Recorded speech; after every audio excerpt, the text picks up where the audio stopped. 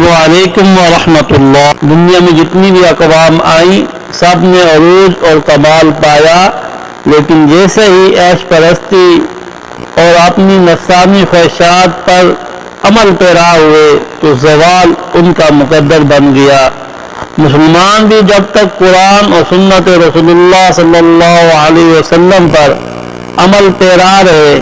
तो कामयाबी इनका मुकद्दर रही, अरूज इनका जीना रहा।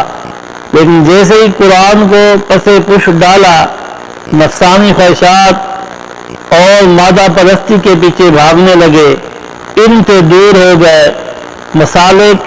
और फिरका बंदी में मुब्तला हो गए, सुन्नत रसूल इनके हाथ से छूट गई तो इन पर ज़वाल से निकलने का एक ही तरीका है, कुरानी तालीमात को समझना और इस पर अमल करना और सीरत रसूलुल्लाह सल्लल्लाहु